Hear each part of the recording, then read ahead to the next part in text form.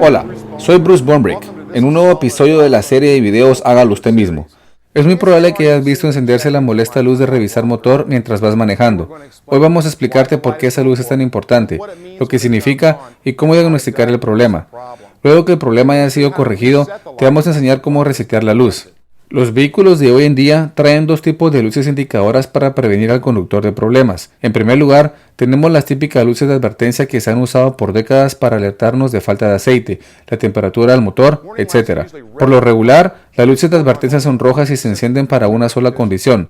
Por ejemplo, la luz de freno que se enciende cuando intentamos manejar con el freno de emergencia activado. El segundo tipo de luz indicadoras es la de mal funcionamiento. Usualmente es una luz color ámbar y nos indica si hay algún problema con alguno de los sistemas monitoreados por la computadora del carro. La luz de revisar motor es una de estas. Se enciende automáticamente siempre que la computadora detecte algún problema con el control de emisiones del vehículo, mezcla de gasolina, desempeño del motor, circuitos eléctricos o en el tren de manejo. Los sensores de estos sistemas pueden incluso generar un error causado que se encienda esta luz. El que se encienda esta luz no significa necesariamente que tengas un problema grande y costoso. A veces puede ser simplemente el tapón de la gasolina que no se ha cerrado apropiadamente. Este es un buen momento para mencionar que no todos los carros tendrán una luz de revisar motor. Tu vehículo puede tener una luz que diga servicio al motor o simplemente un icono con la imagen de un motor. Sin importar qué tipo de luz tiene tu vehículo, cuando ésta se enciende el vehículo debe ser revisado lo más pronto posible para encontrar la causa. Esto se hace conectándolo a un programa que lee los códigos o conectando un escáner al conector de información del vehículo, para que nos muestre el diagnóstico de los códigos con problemas que tienen almacenados en el sistema. Debes poner especial atención a una luz de revisar motor que se enciende mientras vas manejando. Una luz intermitente alerta al conductor para que se detenga lo más pronto posible porque el motor está fallando. Esto puede causar que otros sistemas fallen y resulte en daños serios a componentes costosos del motor.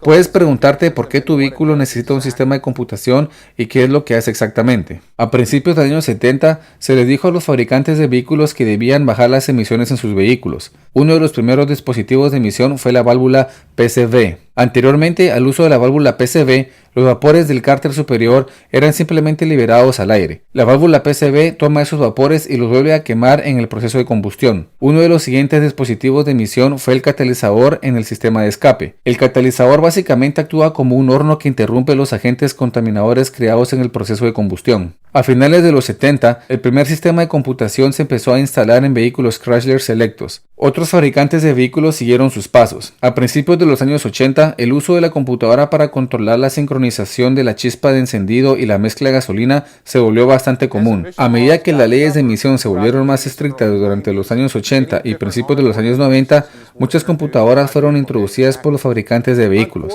Desafortunadamente, la mayoría de estos sistemas eran específicos de los fabricantes y en algunos casos específicamente de un vehículo. Esto se volvió muy costoso para la industria de reparación de vehículos. A principios de los años 90, la Agencia de Protección Ambiental de Estados Unidos, EPA, ordenó que cada vehículo vendido en los Estados Unidos debía cumplir con un nuevo estándar llamado OBD2, siglas en inglés, que significa Sistema de Diagnóstico 2. Todos los vehículos hechos durante o después del año 1996 tienen que cumplir con los estándares del OBD2. Un sistema de manejo del motor como el OBD2 puede estar dividido en tres partes principales: las entradas o sensores, la computadora principal y las salidas, que son principalmente los inyectores de gasolina, las bobinas de encendido y los solenoides de cambio de la transmisión. Los sensores de entrada monitorean una gran variedad de condiciones que podrían afectar la operación del motor. Los sensores alimentan esa información vía voltaje y resistencias a la computadora principal. La computadora principal está programada para analizar todas estas entradas simultáneamente y determina cómo alterar el cociente de la gasolina y la regulación del encendido del motor, así como cuando cambiar de puesto la transmisión hacia el otro engranaje. Vamos a hablar de las condiciones críticas que los sensores necesitan monitorear para la operación adecuada del motor. Lo primero es el ángulo de la válvula de admisión. Esto le dice a la computadora cuánta gasolina debe darle al motor a través de los inyectores. El sensor de posición de válvula de admisión monitorea. Este sensor se monta a un lado de la válvula en la placa del motor. La próxima entrada es la temperatura del motor. Un motor frío necesita más gasolina que un motor tibio, así que el sistema necesita alguna forma de monitorear la temperatura del motor. El sensor de temperatura del enfriador hace ese trabajo. Se mete dentro del pasaje de líquido refrigerante del motor y monitorea constantemente la temperatura del mismo. Luego es la temperatura del aire. El aire que se lleva al motor puede variar exageradamente del invierno al verano y de región a región. Los aires fríos necesitan más combustible para quemar eficientemente que el aire tibio. El sensor de temperatura de admisión de aire monitorea la temperatura de aire que entra. Este sensor va localizado en algún lugar del conducto de admisión de aire o en el colector de admisión. Además de la temperatura de aire que entra al motor, la computadora también necesita saber cuánto aire entra al motor. Para operar eficientemente, un motor debe tener el cociente de combustible correcto para el aire que entra al motor. Esto es por lo regular 14 partes de aire por una de combustible. El sistema de manejo del motor mide la cantidad de aire que entra al motor a través de lo que llamamos sensor de flujo de aire. Este sensor reporta la cantidad de aire que entra al motor y la computadora ajusta el combustible. Otras dos entradas críticas son la posición del eje de levas y el cigüeñal en su rotación. La computadora necesita saber la posición de cada uno para determinar exactamente cuándo encender la bombina y el inyector de combustible para cada cilindro. Las ruedas unidas al eje de levas y el cigüeñal y los sensores leen constantemente estas ruedas para determinar la posición exacta del eje en su rotación. Finalmente, hay un sensor que le dice a la computadora qué tan eficiente es el motor al operar. Un motor ideal dará la cantidad adecuada del combustible y aire al motor y quemará el combustible y aire completamente. No se gastará combustible. Teniendo un sensor en el tubo de escape, la computadora puede monitorear si el motor está quemando completamente toda la mezcla de combustible y aire. El sensor de oxígeno ejecuta su función y le dice a la computadora si hay mucho combustible o aire en la mezcla. La computadora puede ajustar la cantidad de combustible, ya sea más o menos, para corregirla. Ahora hablemos de las salidas del sistema. Primero serán los inyectores de combustible. La computadora controla los inyectores abriéndolos y cerrándolos cientos de veces por minuto. La cantidad de veces que el inyector se abre se llama anchura de pulso, lo que significa que mantiene el inyector de combustible abierto por un periodo de tiempo levemente más largo. Disminuye la cantidad de combustible disminuyendo la anchura del pulso. Luego son las bobinas de encendido.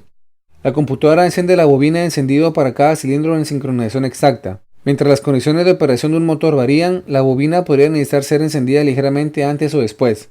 En los viejos tiempos, adelantar el tiempo de encendido se hacía de manera manual o a controles de vacío. Probablemente hayan escuchado el sistema de control de vacío que se utiliza en carros antiguos. Pero hoy en día, la computadora hace el ajuste del tiempo electrónicamente. Enciende la bobina antes basándose en ciertas condiciones de operaciones como revoluciones por minuto altas.